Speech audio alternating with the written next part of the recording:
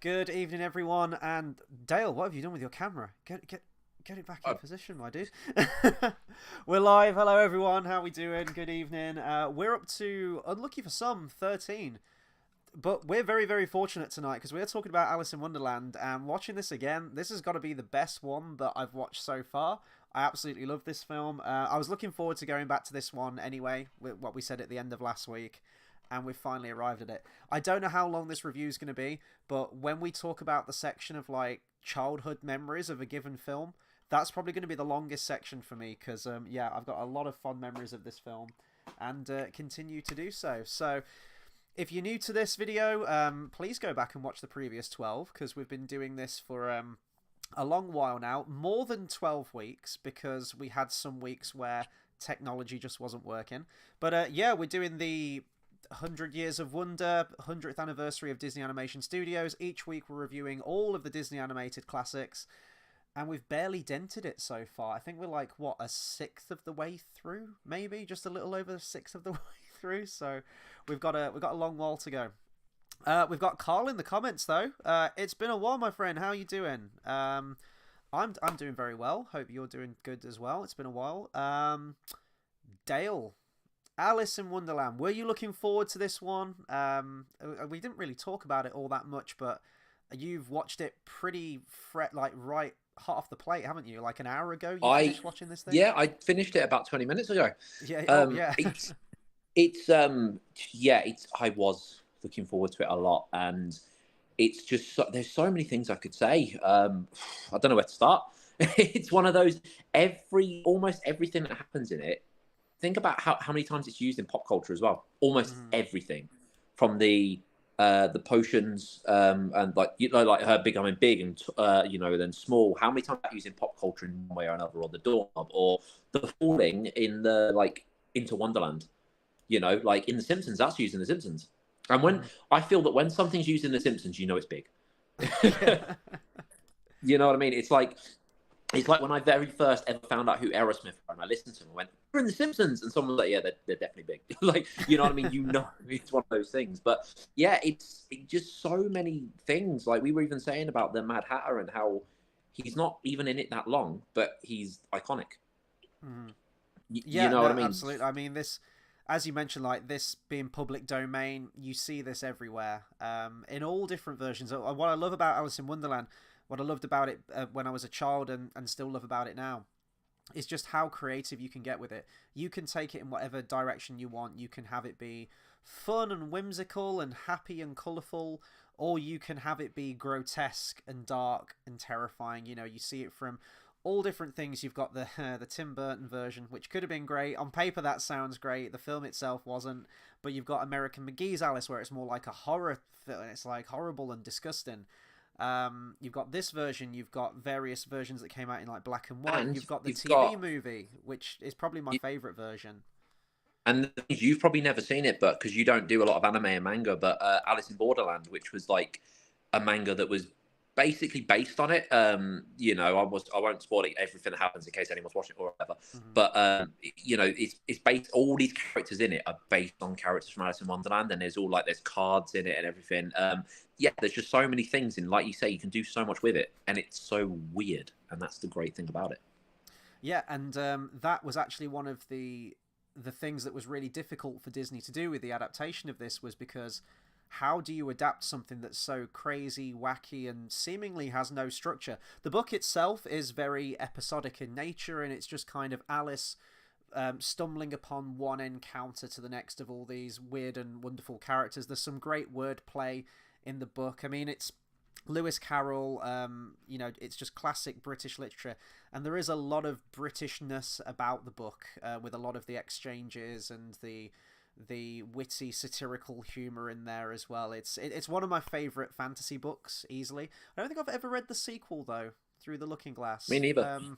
And we were talking about this, how in a lot of adaptations of Alice's Adventures in Wonderland, you still get elements like Tweedledum and Tweedledee, which, as you said before we went live, are not in Alice's Adventures in Wonderland. They're in Through the Looking Glass. Stuff like the Jabberwocky and all of the famous bits, the White Knight and everything, they're all in the sequel, but in many adaptations they often get ported to the main story as well.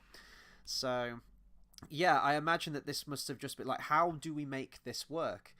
And I think to make it work, you just have to kind of embrace what it is. It is just this episodic thing in nature. So if you just go with that, I think it's actually very easy to adapt. I've seen various different versions try and make it work. You've got various framing devices like the made-for-TV movie where you've got Martin Short as the Mad Hatter, Miranda Richardson as the Queen of Hearts, Whoopi Goldberg as the Cheshire Cat. That's probably my favourite adaptation of Alice in Wonderland. I think it's probably the closest to the book. And even that has a framing device. It's like Alice has got to sing for her family and a bunch of family's friends, and she's really nervous to do it, and then she goes into Wonderland, and then she overcomes her fear by the end of it. So they always have to kind of pack a subplot to it to try and make all of the encounters work. But this one kind of does away with that. It's just Alice has a daydream, and we have our movie, and that's it. And you have all your colourful characters coming in. Let's do first memories of this. So I think with this one, we'll just talk about Alice in Wonderland in general. So had you read the book before you watched this? Was this kind of your first entry into the whole Alice in Wonderland thing? This was my first, the first thing I saw was this movie. I read the book a few years later, but the movie was my first, and it was also the first encounter of, one of those things where they wake up and it was all a dream. Mm-hmm. And it worked. And that was fine. Just anything else after that, if they're like, it was all a dream, you're like, that ruined it. But it was the one that it worked. It was really good. And I remember, for some reason, I have this vivid memory. The first time I saw it, I don't know how old exactly, but I was in my living room and I was young, very young. And we had green carpet and I was sitting on the floor by the TV, as you do when you're a kid, just kind of sat there. And and I just remember being there, and I just remember how videos when they start halfway through, get the blur thing come up, and I just remember that, and it's starting not midway, but where her sister, which we found out, is reading her book. 2 minutes into that, where I kind of missed that very, very first thing, and I kind of didn't know what was going on because suddenly she fell into it. Because the thing is, it's very one of those, she falls into Wonderland and it just gets going. There's no plot adaptation of this happens and this happens, so this has been happening, so this happens, and it just happened, and I thought I missed a big chunk for a long time, and then I realized it was literally 2 minutes. Yeah. But I remember that, and I read the book, I'd say 2-3 years later, something like that. I don't know, but it was a really good book. It would be weird. I was going to say one of my favorites, but it was a bit of a stretch to say that because I only read it once, and do you know what I mean? I never went back to it over and over again, but it was one of those that stuck with me as a kid. That was this really good. I think it was probably one of the first books I actually read. Mm-hmm. Yeah, no, I mean, I think for me, my first entry into Alice in Wonderland was this film, definitely. But I remember loads of different adaptations and things swirling around, surrounding the world of Alice in Wonderland for me as a kid. So I think this was definitely the first thing that I ever watched. And I think it's an excellent adaptation. Like the songs have stayed with me, lines of dialogue, things that I still quote now. When I was watching this again in preparation for this review over the weekend, I was just messaging you and I was like, I'm not even 5 minutes into this movie, dude, and I'm having the best time.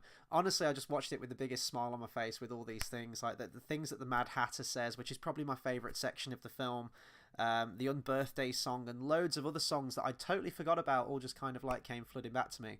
I had this on video, definitely, and I used to, my next door neighbour, we used to watch a lot of movies as well, and he was really big into Alice in Wonderland and reading books and everything, so it was one that we always used to watch there as well.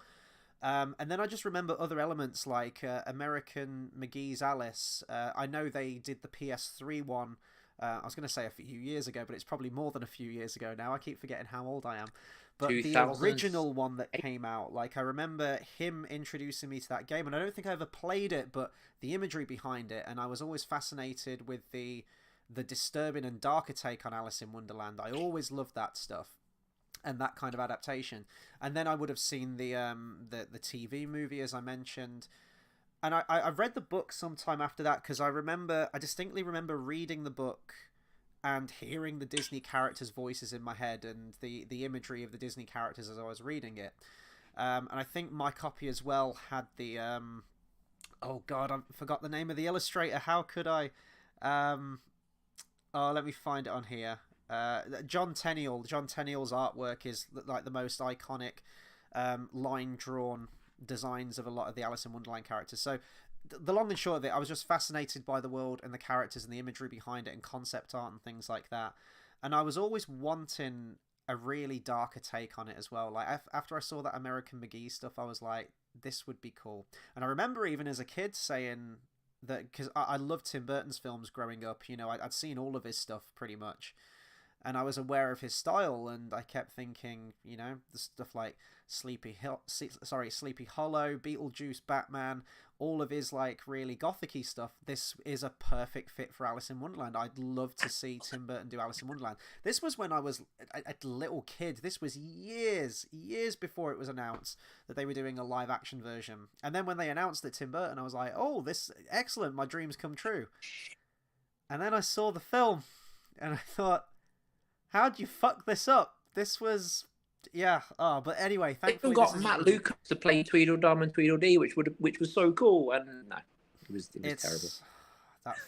That film. There was one part of that film that worked for me. There was one part of it, and it's where Alice has to cross a moat of severed heads to get to the Queen's castle, and that was the kind of imagery I wanted. I was like, that you were on the right lines with that one scene. The rest of it is a shower of shit, and I hate it. But this one's great, and it still holds up. It's a solid adaptation, and just, you know, reading about it, you find out that there was loads of other scenes that were either planned or animated that they cut for time, because there was just so many encounters, and they had to cut it down. It's a neat, like, 70-ish minute movie again, I think. Oh, we've had a comment. Let me just read this out real quick. From Brian Emery, who says, sorry, I've only got half of the comments up here. Let me try and scroll this across a bit. There we go.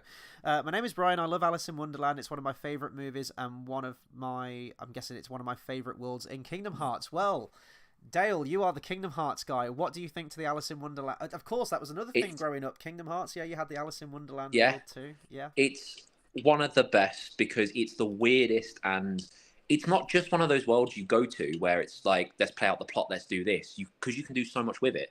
Like, you got the Cheshire Cat saying, go do this, and it's so weird, and it's, yeah, they need to do more with that world. 100%. That's the one I would say they need to do more with. The hell was that? They need to do more with. Hercules gets a lot of love, and it's great, but it's in every game. I think Alice in Wonderland needs more. So yeah, 100%, definitely one of my favorites. No, I agree. There's so much you can do with it. Like, you don't see the Mad Hatter and the Marsh Hare, and all these. You see a picture of them.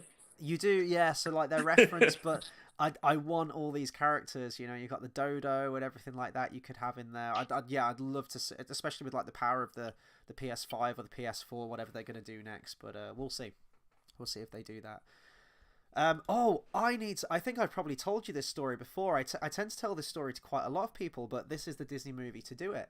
I've got another childhood memory of Alice in Wonderland, and it was when I went to Disneyland Paris. I've only ever been to Disneyland Paris twice. I've never been to the American one. I went when I was 7 years old. That was the first time, and then when I was 11. So I'm going to give a brief account of my story, and then we'll get back to the film properly. So I was always about the villains as a kid, and, you know, going to Disneyland, it's the most magical, or at least it was the most magical place ever for a kid to go. It's wonderful. You're seeing all the Disney characters, you're seeing these rides and everything's great. And I wanted to get all the autographs from the Disney characters, because, you know, I thought they were really the characters. Of course I did. I was like 7 years old. So I go to sort of like the main Disney courtyard, I think it is, where the castle is, and they bring a lot of the characters in. And I see the Queen of Hearts. Now, I'm a huge Disney villain fan, and I love Alice in Wonderland, the movie, at this point. I run over to the Queen of Hearts, and there's a sea of people trying to get her autograph, and she's signing for everyone. Eventually, I get to the front of the crowd, little 7-year-old me, and I hold out my autograph book with a pen, and she gives me like a dismissive hand. She turns around and walks off with her entourage back in her car to drive her off to pedal her out again in like the next 3 hours or whatever it is. I was distraught. I was just stood there motionless. The crowd filtered away. That's what a villain's supposed to do, though. Like, yeah, exactly. Yeah, it's like the crowd filtered away. Everything like went into black and white, and I was absolutely distraught that I never got the autograph of one of my favorite characters, and that was it. And then I returned 4 years later, a little bit wiser, a little bit more world weary maybe, and I see the Queen of Hearts again. Clearly, it's the same woman dressed up as Queen of Hearts at this point, 4 years later. And I'm right, I'm going to have you this time. I'm getting this fucking autograph. So I remember it was on sort of like the drawbridge of the castle, I think it was, and she was stood there, and there was a bunch of people, and there was a Japanese family, and they were saying like, photograph, we want photograph with you, and she was kind of signaling, because they can't talk, she was signaling like, no photo. Japanese people can talk. I meant the Queen of Hearts. She was signaling like, no photo, just autographs, and they kept saying photograph, and eventually she relented and had a photo with them.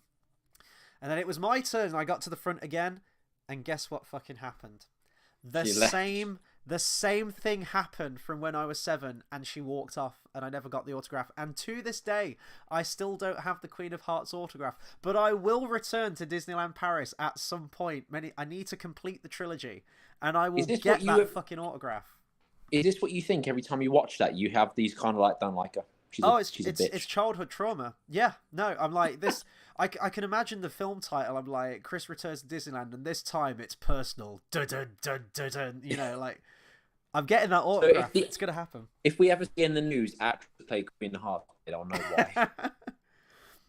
But other Alice in Wonderland stuff, like the theme park, like going there as a kid, you had the maze, you had the teacup ride, I think it was as well. Like, there was so much like Alice in Wonderland stuff there. I mean, I don't know how popular it is in the theme parks now, how much they've revamped it, if those rides are still there. But to my knowledge, it's still regarded as one of the most prominent Disney films, I think. Another theme park I can throw out there as well for more memories of Alice in Wonderland is, you ever been to Blackpool Pleasure Beach? Yeah, with the Pepsi Max. Yeah. So there's an Alice in Wonderland ride there, which I think is actually still there. And you kind of ride around in Cheshire Cats, and you go through, and there's loads of animatronics of stuff from the book. And for some reason, I don't know if they've changed the song now, it plays an orchestral version of I've Got a Golden Ticket from Willy Wonka and the Chocolate Factory. It's kind of a strange song to pick for Alice in Wonderland, but... I mean, that sounds worse than being on It's a Small World After All. Yes. Yeah. That sounds like a worse time than that, and that was in my head for months and months and months, and probably still is, and probably will be now. Suffice to say, Alice in Wonderland, big part of my childhood. Love the imagery, continue to love the imagery around it, and yeah, this film was definitely instrumental. And I think I kind of mentioned this with Pinocchio as well. I think sometimes, and a lot of these earlier Disney films are proponents of this, when you think of a given story, Pinocchio, Alice in Wonderland, next week when we talk about Peter Pan, you think about the Disney version. It kind of enters that the pop culture and the zeitgeist. So many people, like generations of people, grew up with this film. And is it the most accurate adaptation of something? Maybe not, but it's the one that you remember. It's probably one of the most popular ones, and it's still in itself a great adaptation of it. And I think that's what this is. I think this is a lot of people's entry into the world of Lewis Carroll and Alice in Wonderland. It could be anything, Alice in Wonderland. You could have an adaptation that could be anything. You know, the Doc McGee. Oh, I keep saying Doc McGee. I really need to stop doing that. American McGee. You know, it's a concept she created in her head because she burnt down her house. Like, it's this whole, like, you know, that she did to cope with trauma and all that kind of stuff. Like, it could literally be anything. It could be a dream. It could be something happened to her, so she created this world in her head. Like, that's the great thing about it. It could literally be anything. It's timeless in that sense. Mm-hmm. You know how you have movies that are timeless, like it could be set anywhere. It could literally be anything. It's timeless in that sense, which is really great about it. What's really interesting to read, though, was when this was initially released, it had really bad reviews. People were really quite negative on this film, and it was only through subsequent re-releases of the film over the the forthcoming years after that where people started to come around to it more and appreciated it. And now, thankfully, it's regarded as one of the best, which I agree it is. I know we're going to do our ranking at some point. We keep saying that, but we will do that at some point. You've got like your S tier at the top, and then you've got your A tier. Now, I know in my mind which films I would eventually put in my S tier. I'm talking, you know, like the Disney Renaissance, like Beauty and the Beast. I'm talking Hunchback of Notre Dame, stuff like that. Now, well, Alice is a character. She is S tier just because the way she thinks, and I just think she's great because she's got that mind that we all had at some point, or even still have today. Yeah. You know what I mean? That kind of anything is possible. Which, so she personally, I would S tier for me. And in character. an alternate world as well, this would have been the first Disney animated classic. I feel like Walt Disney initially had a lot of ideas running through his head of what he wanted to do. I think when we did our review of Snow White and the Seven Dwarfs, there was like a whole list of different projects that he was mulling over as what he wanted to do for his first one. Alice in Wonderland was a story that was really near and dear to Walt Disney's heart. He'd produced a 1923 short film at the Laugh-O-Gram studio, which incorporated live action elements. It was like a live action Alice walking into an animated cartoon world that he did. And this was an idea that he mulled over even decades later when he was thinking of doing a film for Alice in Wonderland, a feature film for Alice in Wonderland, and that was a concept that he still might do. I think the original, the 1923 one that he produced had, it was Virginia Davis was the live action girl interacting with the animated world. And then I think they were trying to buy the rights to the films and everything like that later on down the line. And this was a film that was just in production hell for years. And Disney would go through periods of being incredibly enthusiastic about the project to shelving it and saying, let's come back at it with fresh eyes and everything like that. And it seemed like he kind of became a little bit stale towards the project. Initially, what it came down to, they were in production. Concept art was being produced as early as, 1939. David Hall was one of the artists, a British illustrator they got on board for it. You can actually see some of his concept art. If you go onto Google, just type in David Hall Alice in Wonderland. It's very much based on the John Tenniel stuff from the book. The most famous illustrations are probably Tenniel's, I would say, for Alice in Wonderland, and they're very similar to that, but they're quite grotesque and they look a lot mature. They look terrifying. If you look at the picture of the Cheshire Cat, it's horrible. It would have been a very, very different feel to the film, and I think Disney knew this, and he wanted to shy away from that kind of style. So I think there was multiple reasons why it got shelved. One of the main ones was that there was a world war during the 40s, but I think it was a very difficult film for Walt Disney to pin down what needed to be done with it. But I think deep down he knew that it needed to be light and fun, and there was a bigger focus on the colourful characters and the voices and the music especially, which is a massive part of this film, I think.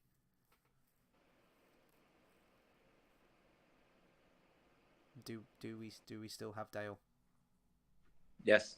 Oh, he's still there. Sorry. Yeah. Over to you. What do you think? Would you have liked to have seen a more grotesque take on this, or do you think Yes. they got the balance right with it?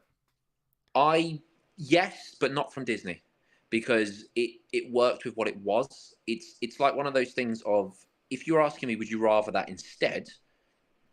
I mean, in an ideal world, yeah, because I just would, because that's the kind of stuff I like.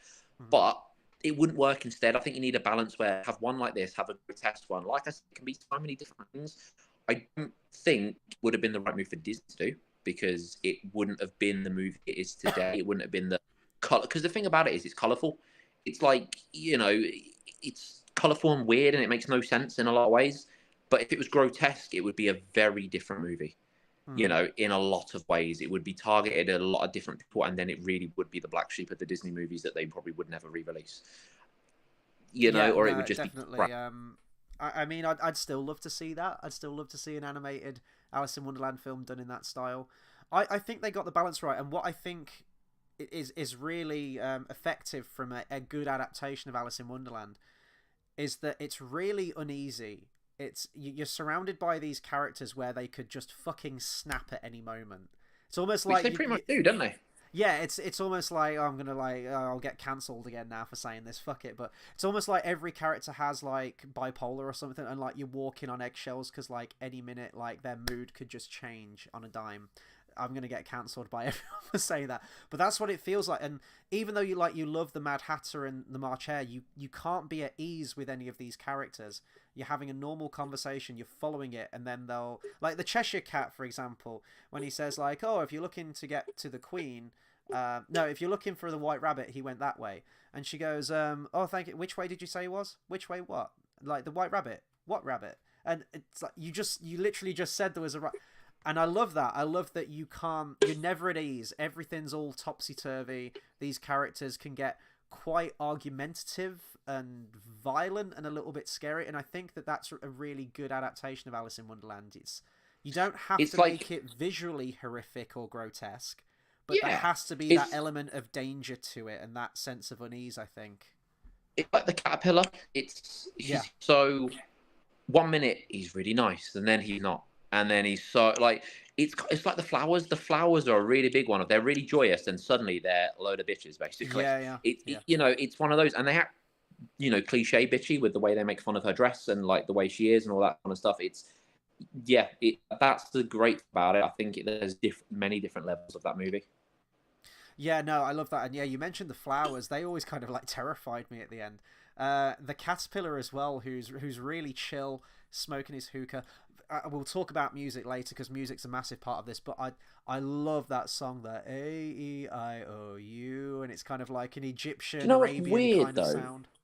You say the music's a big part of this. I don't think it is as big as you think it is. It's I got think the we're most going to amount have of very songs different. of any Disney film at that point. Yeah, but I do think we're going to have very different opinions on music wise. But we'll come to that in a sec. But I do, yeah. Okay, no, that's interesting. I found that Disney actually produced like another earlier version as well. So I mentioned that 1923 version. In 1936, he did a Mickey Mouse short film called Through the Mirror, which is based on Through the Looking Glass. So that's another one. So he was always kind of like steeped in this idea of wanting to make it.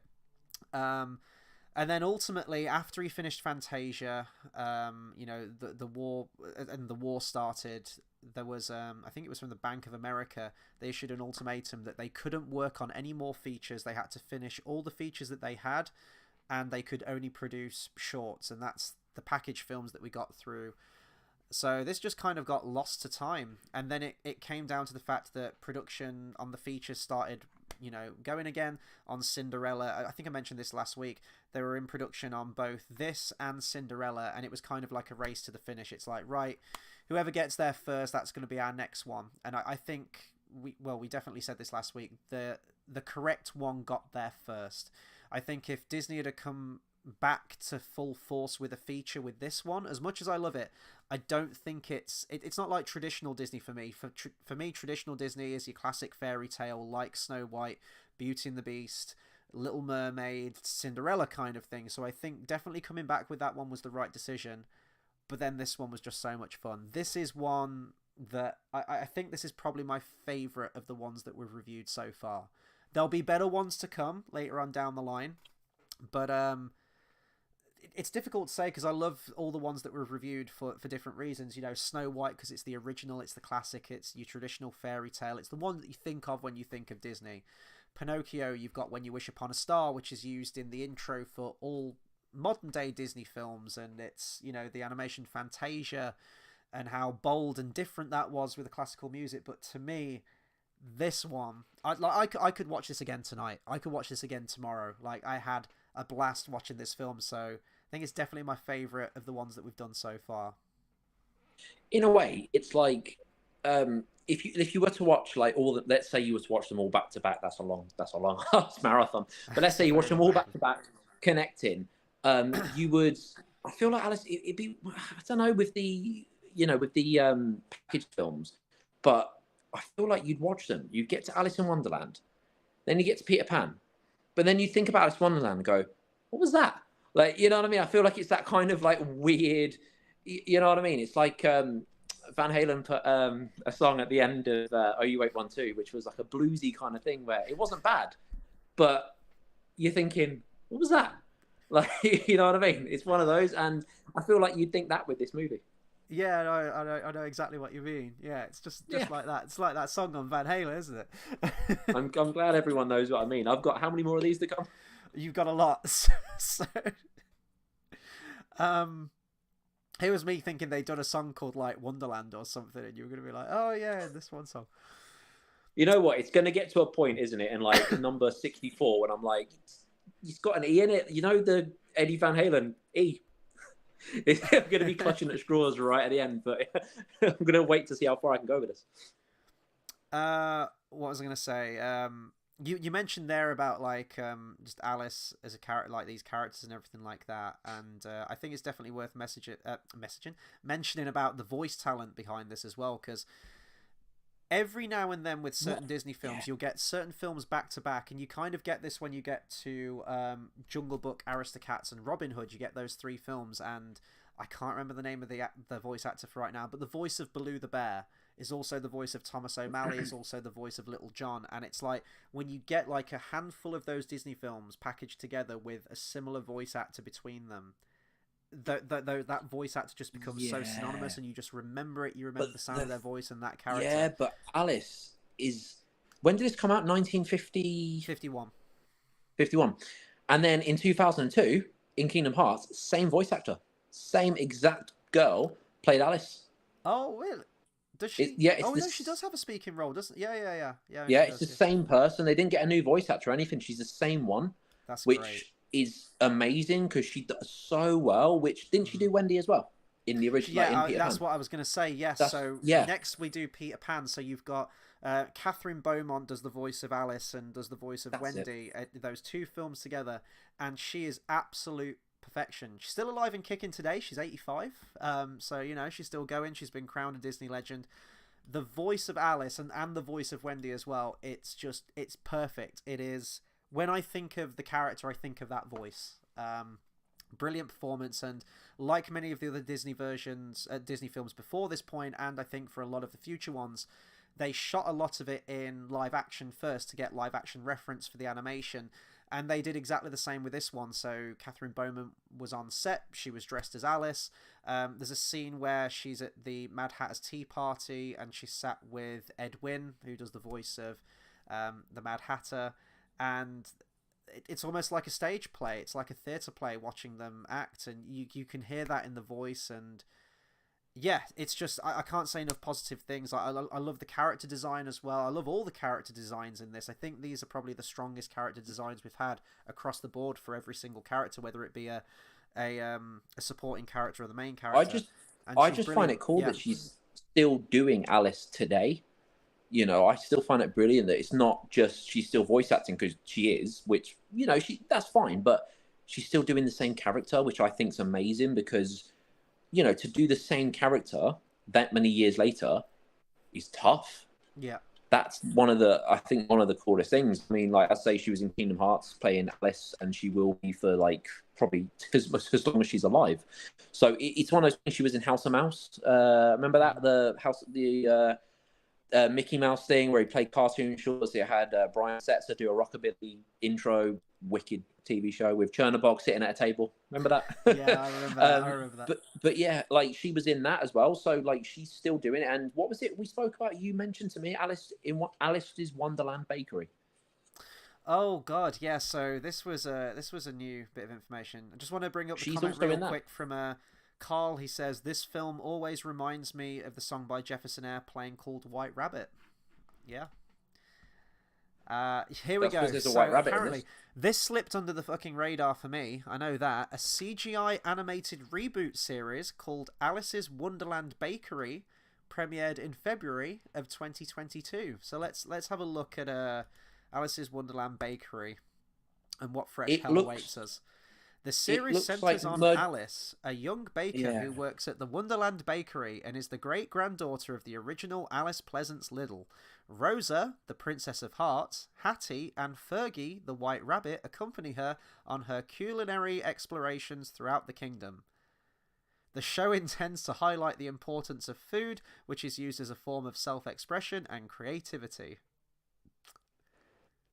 There we go. And the Cheshire Cat's in there, and Dinah's... Well, it wouldn't be Dinah. And it looks like mixing trolls with one of those old Barbie cartoons. It looks awful, and everyone's got, like, blue hair, and it's just... It looks like Candy Crush as a movie. That's the best way I can describe it. It looks terrible. Let's see. Right, we was talking about, like, voice cast and everything. Favorite character. If you could pick a favourite character in this film... Cheshire Cat. Cheshire Cat. Yep. Sterling Holloway again, veteran Disney voice actor. We'll hear more of his voice later on, of course, as Winnie the Pooh and Car the Snake eventually. He is weird and just... Yeah, I don't know what to say, but weird, like, tells you the wrong thing and just talks in riddles, and, he's just... Yeah, he's purple as well. Purple's my colour. But, like, the Cheshire Cat is just... so weird, and what he says, just, it's not true, but it is, and it's just everything makes you think, and he's just a great character. Second to that would be the caterpillar. Yeah. I'd say he would be second to that. I think Mad Hat's great, but he's not like there's better ones overall. Mad Hat just gets a lot of love because of obviously what he is and everything. But also the caterpillar, because there's a girl in Alice in Borderland, which is based on the caterpillar, who's really, really hot. Then you find out she used to be a dude, so we won't go down that road. But anyway, so but the point I'm making is like they're just the Cheshire Cat's really weird, and I really like the caterpillar, the way he does. You know, like you spoke about like the song that he sings, how he blows the smoke and it turns into like a crocodile, and I just think those two absolutely amazing. But Cheshire Cat has a little hold over him. Yeah, I love the color scheme of the Cheshire Cat. It's a really striking design. I love the stripe design on him as well. That the Jabberwocky poem that he recites as well. They actually were going to have the full on Jabberwocky in the film. Initially, when she's in Tulgey Wood, it was going to be like this terrifying dragon thing that she sees, and then when it steps into the light, it was going to be like this really goofy looking, friendly kind of dragon. I don't think that would have worked. Just do a straight up adaptation of Jabberwocky, but they really wanted to get the poem in there, and obviously they give that to the Cheshire Cat. I love that, you know, like "'Twas brillig and the slithy toads." Like I love that he quotes. And even the Cheshire Cat, like you think he's going to be like this lovable character that kind of accompanies her throughout the story and crops up every now and then. There's moments where he is just straight up unhinged, and there's one moment in particular that always used to kind of set me on edge. I think it's the first time he appears, well, the first time he like disappears, I guess is a better way to say it. And he says like, "Most everyone's mad here." That's a big quote, and isn't then it? he like does this like gasp kind of thing, and I'm like, what? It's just that's really a big uneasy. quote, though, isn't it? Yeah. That's probably That's I remember there was a. Was it before, like when you got like a Disney video and you hit play, you get like a bunch of the trailers at the beginning, and I don't know if it was like a Disney tribute or showing you all the different Disney videos that you could get as well. But I remember that quote, that "most everyone's mad here." I think it was like the video piracy thing, actually. I think it was before every Disney video, there was like a video piracy thing with this really shitty voiceover. It was like, "Don't be tempted to buy a cheap copy of the cassette." And it was like all scratchy and the audio was shit. And this kid's voice is like, "Mum, it's no good. The picture's all fuzzy." And then it was like, I remember that, yeah. Cruella de Vil. I can't hear it. I remember that exact thing, yeah. It was so shit, but yeah, I think the Alice in Wonderland quote was on that. That's so I'd obviously see that video piracy thing before every video, so that was always a famous scene for me. Yeah, I love the caterpillar. It was really fun. I remember being, I can't remember where we were going actually. We were on a train station somewhere. It was me and my parents, and we were going on holiday. I don't know if it was to Blackpool or Skegness or something. It was usually the typical holidays that I'd go on as a kid. And the train announcer on the tannoy sounded exactly like the caterpillar. I remember as a little kid saying like, "Oh, he sounds like the caterpillar from Alice in Wonderland. He talked like this," and like it was just. Who are you? I've just found that piracy thing now on YouTube. Like that's I'm gonna have to watch that afterwards. It's just like kind of came flooding back to me because it's got the whole you know, in the Lion King where they're walking across the log and they're singing. It's got that in it as well, and it's brilliant. But yeah. What was I gonna say? What other characters? Oh yeah, and speaking of that being like really uneasy around a character.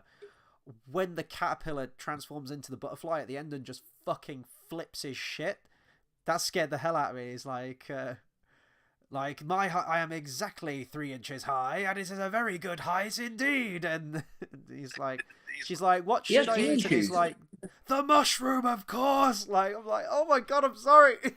Don't hurt me. He has genie shoes, doesn't he? Yeah, he does. Yeah. He turns into a better butterfly than so many human hands, and then the rest of. Oh, we lost Dale.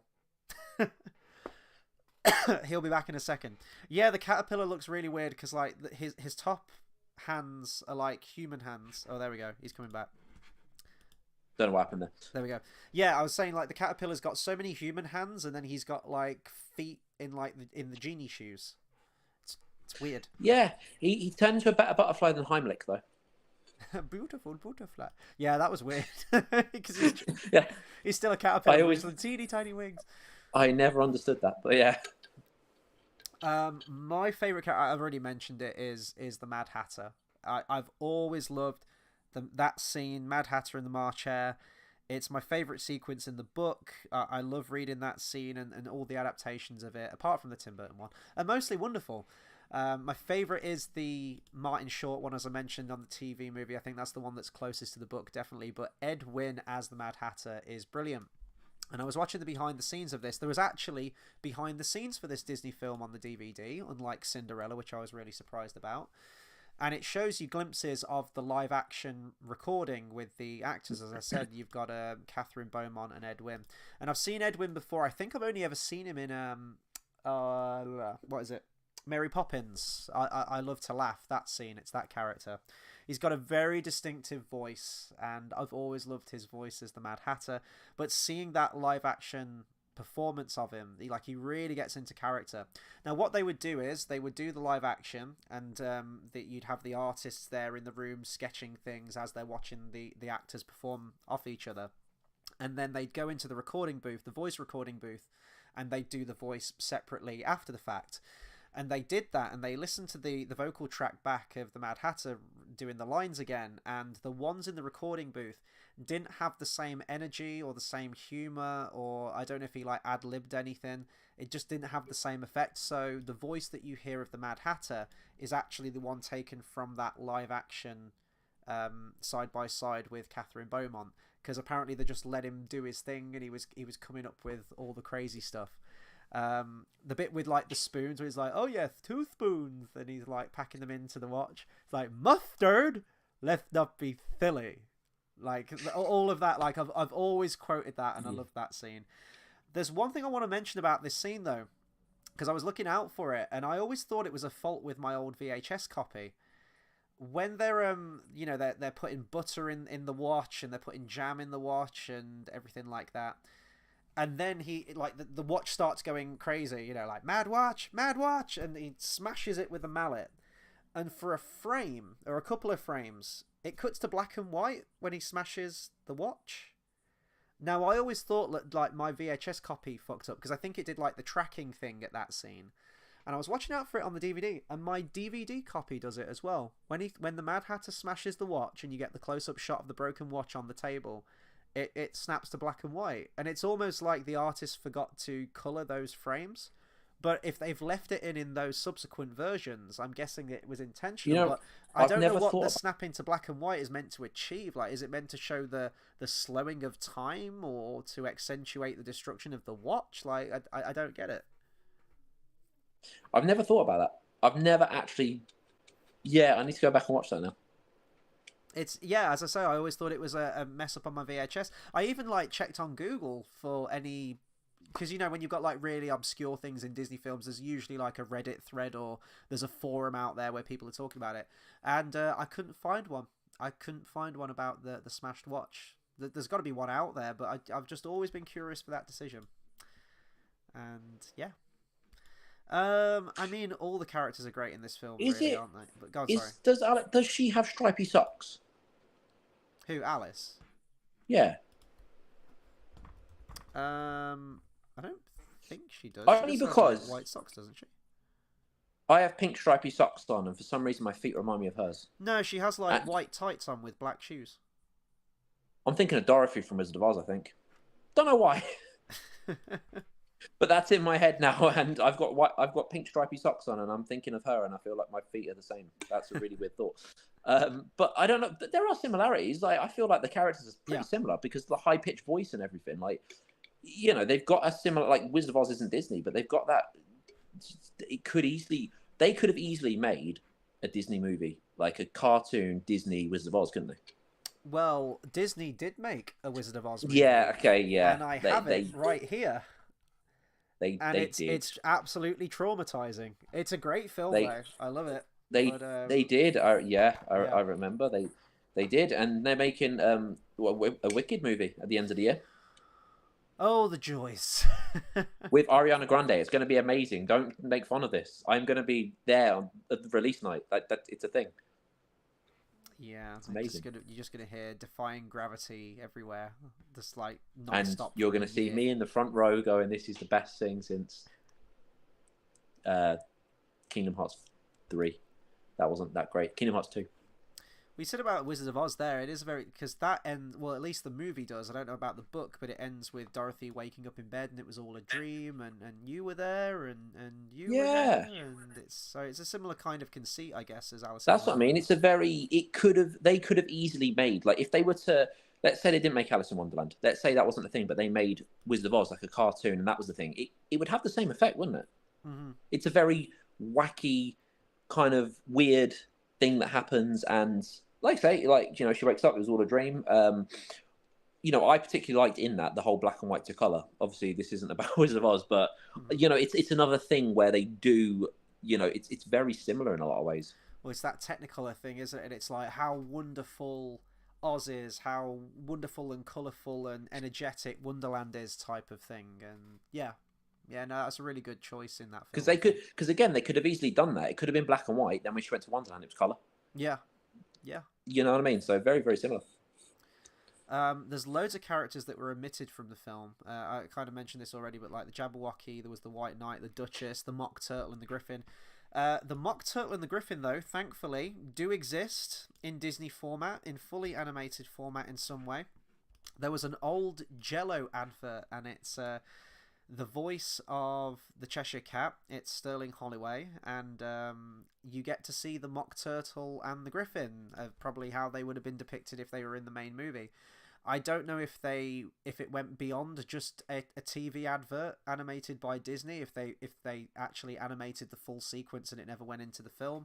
But there was concept art for the Duchess with the cook, who's making like pepper soup or whatever it is, and is throwing things at the infant baby, and the baby turns into a pig. Like, that was all storyboarded and it was ready to go with the fish doorman and was it not the doorman? There's a frog and a fish, basically. Footman, that's it. That's what I was looking for. Oh. Talking about the Queen inviting them to a game of croquet. The ending was changed as well. It was Alice is put on trial for slighting the Queen during the game of croquet, whereas in the book it's the Knave of Hearts, I think it is, who steals the Queen's tart. And he's put on trial, so I guess it just keeps Alice more at the front and center of everything. They give her that moment in Told You Would where she kind of breaks down and she sings the Good Advice song, so it always kind of keeps the focus on Alice, I guess, which is a good thing. There's so many other characters I haven't mentioned, like the White Rabbit, the bit where they're burning the house down with the dodo. He's like, Marianne. I love that bit. Yeah, I just adore the film. Every single segment I think is perfect. If I was going to give a bit where it gets a little bit slow, it probably is that Good Advice song where it slows down a little bit. It's one of those, but anything could happen at any point. Like, I always, like I say, I watched this again like last year or a couple of years ago as well. But when I was a kid, I always assumed the walrus bit was at the end, but it's not. Yeah, no. You know what I mean? Yeah. It's at the beginning, and like, though.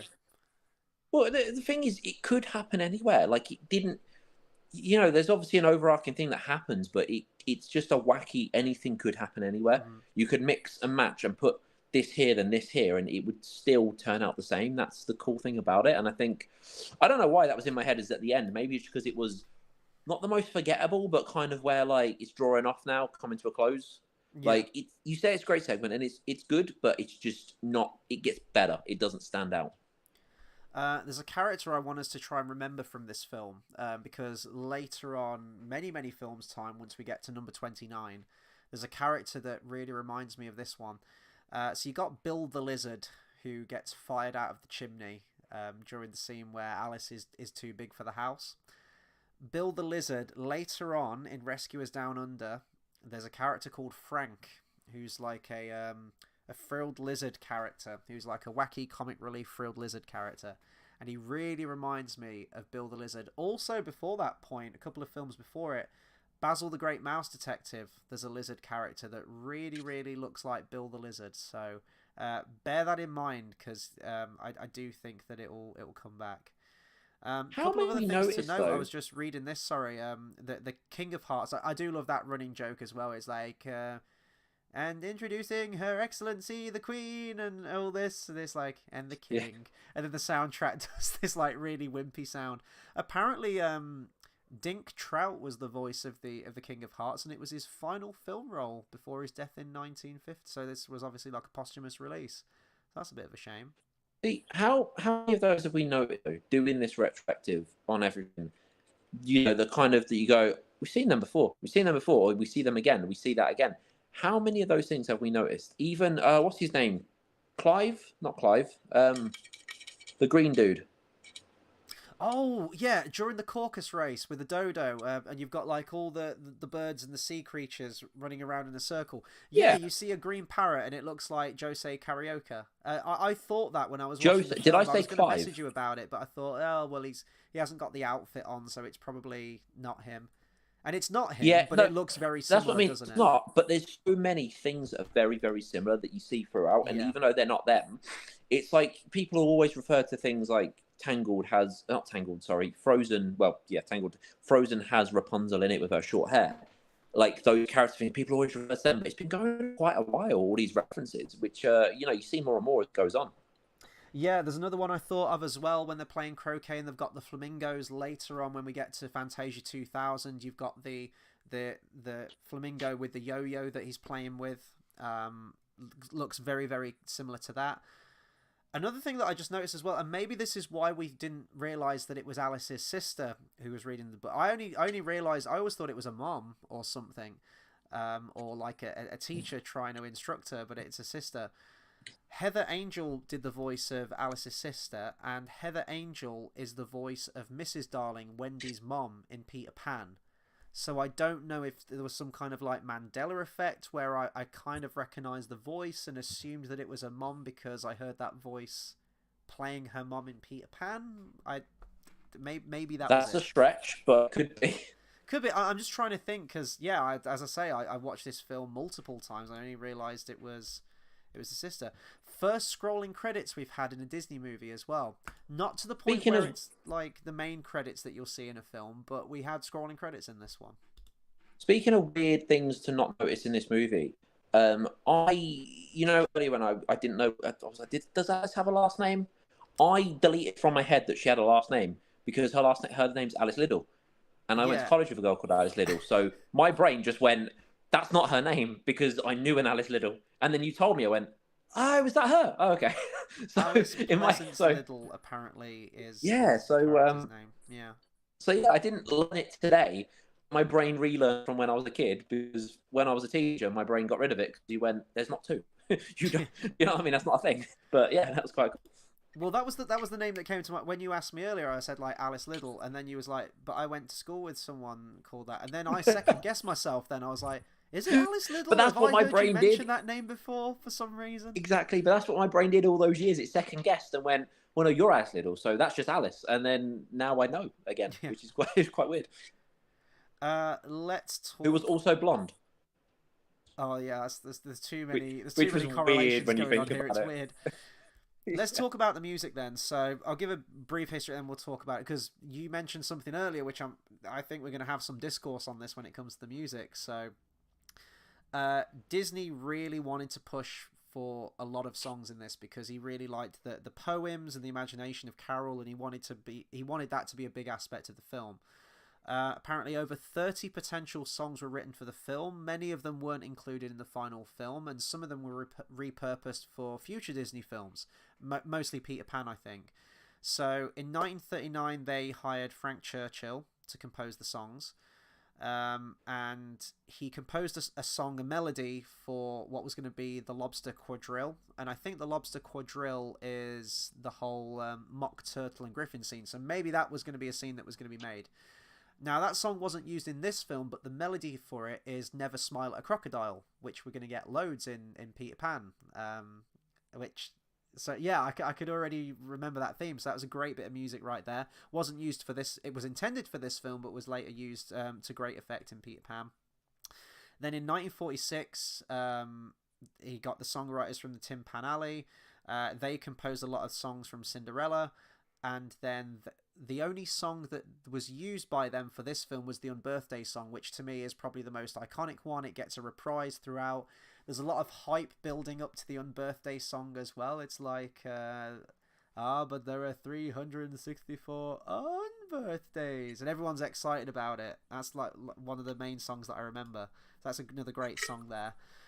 And then there was a whole bunch of other songs. Sammy Fain, I think, probably did the rest of the songs. You had a song that was written for this called Beyond the Laughing Sky, which wasn't used, but the melody for it and the lyrics were changed, and you've got The Second Star to the Right, which was then used for Peter Pan again. And they wrote a song for the Cheshire Cat called I'm Odd, and this is actually a bonus feature on the DVD. They get the new voice of Winnie the Pooh to do the voice of the Cheshire Cat, because obviously Sterling Holloway isn't with us anymore. But they found the sheet music many years later. They were going through a lot of the old stuff at the Disney Vault or whatever it is, the archives, and they found the handwritten sheet music for this song that was never used called I'm Odd, and they reorchestrated it and they put the lyrics to it, and I'm glad it was cut because it would have been pointless. The Cheshire Cat doesn't need a song, and yeah, that's kind of like the history of it. I'm curious to know what you are going to say about the music, because I think we might differ on this. So go for it. What's your take? I don't think the music is as big a part of the movie as, I mean, it clearly is, because obviously they wanted to push the music, fine, but I don't see it as a big part of the movie. Like, each thing is, I remember the whole, what's the thing, Painting Roses Red? Like, that's the big one for me. Mm-hmm. And then, obviously, the Unbirthday one, which is just, but aside from that, I think maybe because it is just so wacky that them singing doesn't feel out of place. Like, if you watch a musical, no one just puts a song in real life, do they? It just doesn't happen. You know what I mean? But I feel like in One, it's just because it feels so natural to happen, and them just be weird and just randomly sing. It's like if you met a dude that was kind of like the Joker, like just dressed as a clown, he was a bit in, and then he just randomly sing, you wouldn't really feel out of place. You know what I mean? I think that's probably why, but I don't see the music as some big sort of like, it's a musical, or it's really pushing loads of music. Not that I don't remember many songs, but I don't see it as, it's got 4, 5, 6 songs. I just see it as a bit of music, like. Yeah, no, I completely see what you're saying. It all feels in keeping with the characters, which I guess is testament to the music, and that it is good because it fits the characters perfectly to the point where you might not even notice it or see it as kind of like a separate entity. I know what you mean. It's not like the Disney Renaissance where, Ariel, like the spotlight comes down, the orchestra chimes up, and it's, part of your world, and it's like this big show-stopping number. And Sora comes in and starts singing with her, and and all that. Yeah, and it's great, and it's a wonderful time. So yeah, I get what you're saying in that way, because I'm looking at the track list now for the songs, and although it contained the most amount of songs for a Disney film at that point, I don't know if it says like in history. I don't think it is. I think subsequent Disney films have probably had a lot more songs after this. You've got like your main title track, like Alice in Wonderland. Like I remember that a lot. And then you've got like In a World of My Own, which is quite a little fun song at the beginning. But then you've got like I'm Late, which is like probably 20 seconds. And you've got The Caucus Race, which is probably like 30 seconds. And you've got all these small little incidental songs. So I get what you're saying. There's not like a big, elaborate 2 to 3 minute song number, really. With the exception of some things like Good Advice, which seems to go on for quite a while. In a World of My Own's quite a big song. It's like these little bite-sized character songs, like the Unbirthday song, The Walrus and the Carpenter, Painting the Roses Red, as you mentioned. I totally forgot about that one until I was rewatching That's one it of the again. best. And it's so great. It's so great. So I love all the songs. 'Twas Brillig. You've got A-E-I-O-U, the Caterpillar song. I see what you're saying. They're not these big show-stopping ones, but if you're looking at it just purely for like music created for these characters, it's so important for this film. Like if you took out all those poems and songs, the film would have nowhere near as the amount of impact that it has. I don't think. I think you'd lose a lot of the character and the charm to it. So I do think the music plays a really big part to it. Instead, I think they should make a version, take out all the songs, and have that character just kill someone instead. And it would still be in keeping with the movie. Yeah. It would still make sense.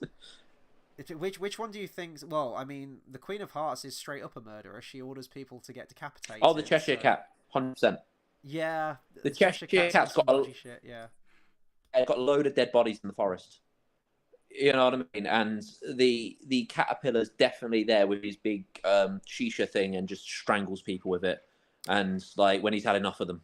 We got the walrus and the carpenter as well that lure a whole, like, what do you call it? A group of oysters. Yeah, but they're it's just a school so of obvious. fish. What's it, like a congregation of oysters, and they're all children, and they just fucking eat them all and just murder them all. So that's kind of dark. Yeah, but that's just obvious. Like, if I killed someone, I'd want it to be really unobvious and just be like, I haven't done it, just saying. But I'm just saying, if I did, I'd want it to be weird and unobvious. You know what I mean? I find like the Cheshire Cat, that would be weird, and like you just have the bodies there, and you'd see the Cheshire Cat, he'd walk past, and you'd think, definitely him. You just know, but there would never be any proof. And in a lot of ways, it'd be out of character, but you just know it was him. You know what I mean? Yeah, it's just one of those things. Creepy, man. Like the bit where he's it's like, go on. It's like we have obviously, you know, clowns. Loads of people phobias of clowns. Clowns are supposed to be this happy, fun thing, but you see a happy-go-lucky clown, you see a dead body, you instantly think it's the clown. You know? Yeah. But in a way, it's out of character. And the thing is, as well, the Cheshire Cat can just disappear and just discard all the evidence. That's the creepy thing. Like the bit where he says, like, you may have realised I'm not all there myself, and he disappears. Oh, it's creepy. It's creepy in a good way, though. That's why I fucking love Alice in Wonderland. It toes the line so well. And I think that was definitely intentional with this adaptation. I know Disney wanted to make it light-heart and fun and family-friendly, which of course it is. But there is that element of danger to it. And to me, that's what separates sort of the older fantasy films like Return to Oz, which is has some like really scary bits in it, but you still, I think as a kid, like, you still love that. You love those things that had those darker elements to them or elements of danger, because as long as it had a happy ending, you knew that the characters were going to get out of it and it was fine. A lot of those old Disney films do have some very dark and sinister bits to them, and I think, you know, Land Before Time has some absolute trauma that goes on in that film. What, like when Ducky gets shot in the head by her dad? Oh, it's too That's real. A dark trauma. It's too real. That's a dark and traumatizing thing. But we move on. We do. Wow. Yes. So, shit. What I'm saying is that I like this. It still does have some of those darker elements to it without going too dark. But there is a place for that, and that's why I think Alice in Wonderland is so great and just so fertile a product to make different adaptations out of. You can really just take it in crazy different directions. I think what it shows as well is you don't have to be gory and grotesque to be weird and fucked up. Yeah. You know, yeah. It kind of shows, which is when you're a kid, that's a kind of, I don't know how to explain it, but you know, when you notice, like, you just like weird things, but you don't have to be overly weird. Like, it's just left field, and it's kind of like, okay, things that just don't make sense. It's like, you get the paintings, colors everywhere, but it's actually really cool. Mm-hmm. That's the kind of vibe that it gives, which I think is great. And it's that kind of aspect of being weird but innocent at the same time. What's wonderful about the book and any good adaptation of this as well is that it's weird, yes. There's not much cohesion to it. It's kind of just very episodic, and there's not much of a structure to it. But when you break it down, there's a real... The book doesn't have... Go on, sorry. The book doesn't have pictures, does it? Well, it depends which version you read. Yeah, but the original, because I swear down, the one I read doesn't have pictures, which this is why it's funny when Alice talks about, oh, what about these books, you know, books with no pictures? If I had a book, it would have nothing but pictures. And I'm like, that's a bit ironic, considering the original version didn't have any pictures. I'm not sure about the original version, but I think the version of the book I've got has got the John Tenniel illustrations in there. I don't think mine had any. Like, it did, obviously, the front cover and everything, but I don't think the one I read had any, but it was a long time ago now. What I think, what was I saying? Yeah, so even though it's, like, wacky and weird and seemingly completely nonsensical on the surface, when you really analyse a lot of the conversations that are being had, there's lots of puns in there, there is an intelligence to it, there is kind of like a weird order to things. steeped in Britishness. I think, you know, there's a lot of things about class and dignity and you know, the whole thing of being with friends and tea parties and sandwiches and picnic and, you know, that kind of thing. There is that level of British comfort to it, I think, and expectation and that's what I really like. And as I say, there's some really great wordplay in there, which might go over the head of a lot of kids watching or, you know, reading the book and things like that. And I think that's why it's so great. But it's just the imagery behind it. That's what I like. I love the imagination behind it, and just the fact that it is just wild and wacky, and you don't have to read too much into it. You don't have to go, oh, this means this. You of course you can do, and you can break the book down, but it's just this disparate, episodic wonderland of crazy characters, and what wonderful crazy characters they are. And I think Disney did a great job adapting them, the colors, the character designs. Even from like the first 5 minutes, I was like, oh, it's the doorknob, and I love the voice and the look of the character, and just and that just carried on throughout the rest of the film for me. It's very fitting for the first world in Kingdom Hearts, isn't it? With a doorknob and a keyhole. Very actually, fitting. That's a good point. When you think about it, it's the most natural transgression into Kingdom Hearts. When you think anything, you're right. They really need to do more with that world. The thing is, they could do so much. That's the thing. And also in the first Kingdom Hearts, they didn't have Tweedledum and Tweedledee. They didn't have that. No. They could do so much. It's not like, oh, they did as much as they could do so much. Mm-hmm. They didn't even touch the surface. Yeah.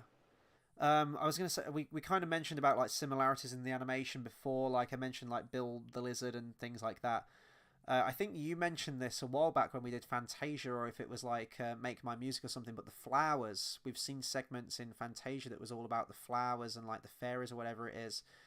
That really reminded me of that.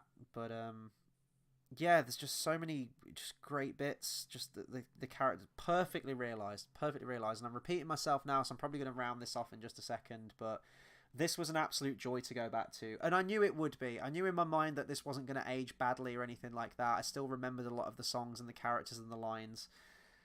It's weird how you kind of get that. Like, I genuinely, I can't remember when I last watched this film. It's been a long time, but when you're watching it, there's like entire conversations and lines of dialogue that you just start quoting verbatim, and you just remember it, and it all comes flooding back to you in an instant. I once watched it when I was really sad, because I just wanted something happy. I once watched it when I was really sad, just because I wanted something happy, and you don't have to focus, and this is the perfect movie for it. Like, I remember watching this at the weekend, and it was the Mad Hatter again, and it's he's playing that like teapot organ. It's like bum bum bum bum bum bum bum, and it's like, now statistics prove that you've won. Speaking of other dark interpretations, then you have the Matter in Man. You know, like there's so many. But yeah, it could be used in so many ways. Like I say, I think Alice in Borderland as well. The fact they mentioned like not mention the characters, but they base a lot of the characters on it. Like there's even a character called Hatter. Like, you know, they base so many on it. You can just do so many things with it, and I think that's the great thing. You could easily yourself you could write like a spin-off, well, not spin-off, sorry, but your own adaptation that's very based on it, and I can guarantee it'll turn out amazing no matter what you do, because you could do so much with it. Yeah, no, I agree. Brian Emery in the comments as well says, I think Wonderland should come back as a world in Kingdom Hearts 4. There's loads of other Disney worlds, new Disney worlds that I'd love to see before Wonderland. But yeah, if they are going to revisit any of the ones that have done before, because I mean, let's just go through the worlds in Kingdom Hearts 1. We've had Alice in Wonderland once, just in that game. We've had Tarzan once, because I think it was a rights issue or something. Yeah, they lost the rights to it because it was Disney lost the rights to it. Yeah. After that, we've had Atlantica twice throughout the 2 games. Yep. We've had Agrabah technically 3 times if you count Chain of Memories, I want to say. Oh, yeah, but Chain of Memories, if you could say that about Atlantica as well. And like a lot of them, Chain of Memories was a repeat of the worlds from the first one. Okay, if we're just going to count like Kingdom Hearts 1 and 2, then you still had Agrabah twice, because you go there again, don't you, in the second one? I think? Yep. Yeah. Yeah, you do. And Halloween Town. Halloween Town's got 2. That was actually really good, though, because you go to Christmas Town in the sequel, so that was at least different. And I like that. Yeah, I wasn't a fan of the movie, though. We won't. And then they say Hercules has cropped up in all the three major In ones. every single game. Yeah. Except Drop Distance. Neverland's only been done once. It's in Birth by Sleep and the whole island's in it. Oh, of course it is. Yeah, no, you're right. And Yeah, it's in... so Wonderland's that one that you could do, and as we've said, you've got the flowers, you've got the caterpillar. Yeah, I don't know why they've not revisited it. Like, I feel like I feel like it was was it in Days? I can't remember. But there's so much they could do with it. It's one of those. And the thing is, you can make so much weird music as well. It has so many things that are limitless. Mm-hmm. You know, it's not just a case of, cool, let's put the characters in it. It's a case of, there's loads of characters they didn't do. There's loads of areas. You could even create areas, and it wouldn't be out of place. You know, you could have the forest goes a bit weird. And it's like, that's not seen in the movie. You go, do you know what that was? I swear that was in the movie. And then you realise it's not. Like, that's the great thing about it. I think the great thing about Alice in Wonderland, it's so timeless and limitless. You could just do anything with it. Yeah.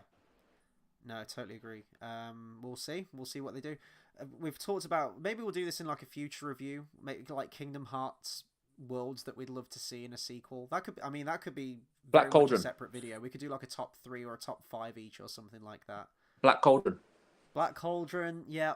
Well, so we'll save it for another video. There's quite a few that I suggest, but yeah, Alice in Wonderland. This was an absolute joy to go back to. I had it put me in such a good mood for the rest of the day. I was watching it with the biggest goddamn smile on my face, and yeah. So far, this is my favourite one that we've reviewed. I've got the most fondest childhood memories of it, and even just now, like, I have great memories of it. This is easily one of the best adaptations of the book. And next week, we're on to another absolute cracker. We have got Peter Pan. This one, I'm really looking forward to the whole Captain Hook and Mr. Smee things. I think that was perfectly realised, but there's a lot of the rest of the movie which I can't really remember all that well. So I definitely watched Alice in Wonderland more than this one, that's for damn sure. But yeah. I went dressed as Peter Pan when I was 4 years old at school and won a prize. Oh, did you? Can't remember what the prize was, but I remember I won best dress because we went as fancy dress, and then the year later I went as Robin Hood and came second, and I was very sad.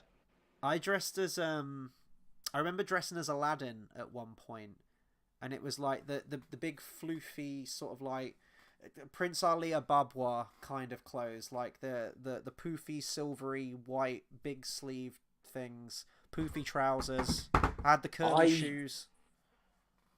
You know they're called Krakow shoes. Are they?